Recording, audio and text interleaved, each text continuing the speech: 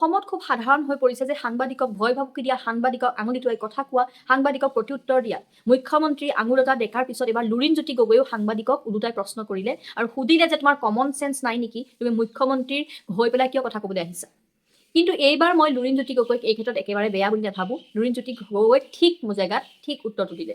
তেওঁ ইমান এটা পাৰ্চনেল কুৱেশ্যন সুধিছে ৰাজহুৱা জেগাত, এনেকুৱা ধৰণৰ পাৰ্চনেল কুৱেশ্যন সোধাৰ তেওঁ ক'ত অধিকাৰ পালে। সাংবাদিকে যিমানখিনিলৈকে কুৱেশ্যন সুধিব লাগে আচলতে সিমানখিনিহে সুধিব লাগে। এটা ৰাজনৈতিক বিষয়া হ'ল বুলি তেওঁ পাৰ্চনেল স্পেচত হাত দিয়াটো মই কোনো পধ্যে শুদ্ধ বুলি নাভাবোঁ। সম্পূৰ্ণ ভিডিঅ'টো চাওক, তেতিয়া আপোনালোকে মোৰ কথাখিনি বুজি পাব। এটা মানুহৰ কমন চেন্স থাকিব লাগে। কমন চেন্সৰ কথা, আপোনাৰো কমন চেন্সৰ কথাটো সুধিব নালাগে। সেইটো এটা ব্যক্তিগত বিষয়, ব্যক্তিগতভাৱে হ'ব। মই মানুহজনহে ৰাজহুৱা, বিষয়টো ব্যক্তিগত।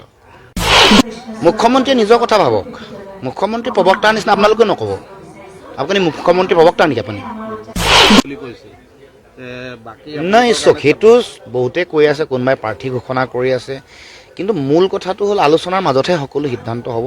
মানে অন কেমেৰাটো ষ্ট্ৰেটেজিকেল কথা কেতিয়াও আলোচনা নহয়, আগতেও দেখা নাই। আলোচনাত বহিব লাগিব, মানে দুই পক্ষৰ কথা বা সকলো পক্ষৰ কথা। এইটো ওৱান ছাইডেড কথা নহয়। মানে যেনেকৈ ৰাসায়ন বিজ্ঞানত যেনেকৈ উভয়মুখী বিক্ৰিয়া, ৰিভাৰ্চেবল ৰিয়েকশ্যন দুই পক্ষৰ পৰা হ'ব। নহয় নহয়, কোনোবাই ময়ো ক'ব পাৰোঁ ইমানখন আসন, কিন্তু সেইটো ফ্ৰুটফুল হ'ব জানো? আলোচনা কৰিব লাগিব, বহিব লাগিব, তাৰপিছতহে চূড়ান্ত হ'ব। নাই, বহিব লাগিব, নবহাকৈ কেনেকৈ কোনে কি ক'ব পাৰে? আমি চিট যেতিয়া সম্পূৰ্ণ হ'ব, হোৱাৰ পিছত আমি ঘোষণা কৰিব পাৰিম। তেখেতে ক'ব পাৰে, বেলেগ দলেও কৈ আছে, আমি আমাৰ ফালৰ পৰা আমি কোৱা নাই এইটো কাৰণে, কাৰণ বহিলেহে গোটেই কথাটো চূড়ান্ত হ'ব। সেইকাৰণে কৈছোঁ, বেলেগ বেলেগ ধৰণে চবেই কৰি আছে, কিন্তু মূল কথাটো যেতিয়া বহিম, কথা পাতিম, তাৰপিছত চূড়ান্ত হ'ব। এইটো হৈ গ'ল, মই ভাবোঁ যে প্ৰায়োগিক দিশত সেইটোৱে শুদ্ধ আৰু সত্য ৰাস্তা। অসম জাতীয় পৰিষদে কেইখন আসন বিচাৰিব? সেইটো কথা আমি পাতিম। চূড়ান্ত কৰা নাই, এইটো কথা ভিতৰুৱাকে আমি পাতিছোঁ, এইটো কোৱা কথা নহয়, আপোনালোকৰ আগত কোৱা কথা নহয়, অন কেমেৰা কোৱা কথা নহয়, এইটো ভিতৰুৱাকে পাতিব লাগিব। মুখ্যমন্ত্ৰী মহোদয়ে কৈছে যে আপোনালোকে যি অতিৰিক্ত 26খন চিট, মুখ্যমন্ত্ৰীয়ে নিজৰ দলটোৰ কথা ভাবক না, বেলেগৰ কথা কি ভাবি আছে? আপোনালোক 26টা চিটত সন্তুষ্ট। মুখ্যমন্ত্ৰীয়ে নিজৰ কথা ভাবক। মুখ্যমন্ত্ৰী প্ৰবক্তাৰ নিচিনা আপোনালোকে নক'ব। আপুনি মুখ্যমন্ত্ৰী প্ৰবক্তা নেকি আপুনি? হা, মুখ্যমন্ত্ৰী প্ৰবক্তা নহয় যদি মুখ্যমন্ত্ৰী কথাটো কিয় কৈ আছে? মুখ্যমন্ত্ৰী নিজৰ দলৰ কথা কওক।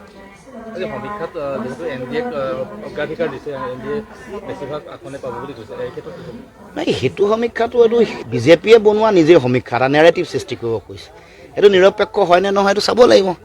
এইটো পক্ষ লৈছে নে চৰকাৰী সূত্ৰৰ যোগেদি হৈছে, এইটোহে মূল কথা। বিহাৰৰ সমীক্ষা কি আহিছিলে, ওলোটা আহিলে নাই?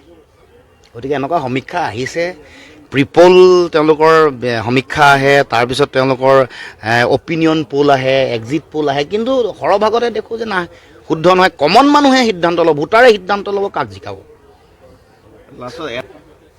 আপোনাৰ কথা ইতিমধ্যে যথেষ্ট চৰ্চাও হৈছিল, এই বছৰতে বিয়া পাতিব নাই, সেইবোৰ ব্যক্তিগত জীৱনৰ কথা, আপুনিও সোধাটো উচিত নহয়।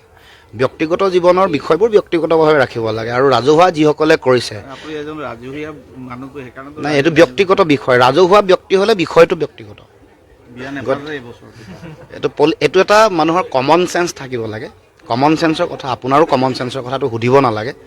সেইটো এটা ব্যক্তিগত বিষয়, ব্যক্তিগতভাৱে হ'ব। মই মানুহজনহে ৰাজহুৱা, বিষয়টো ব্যক্তিগত।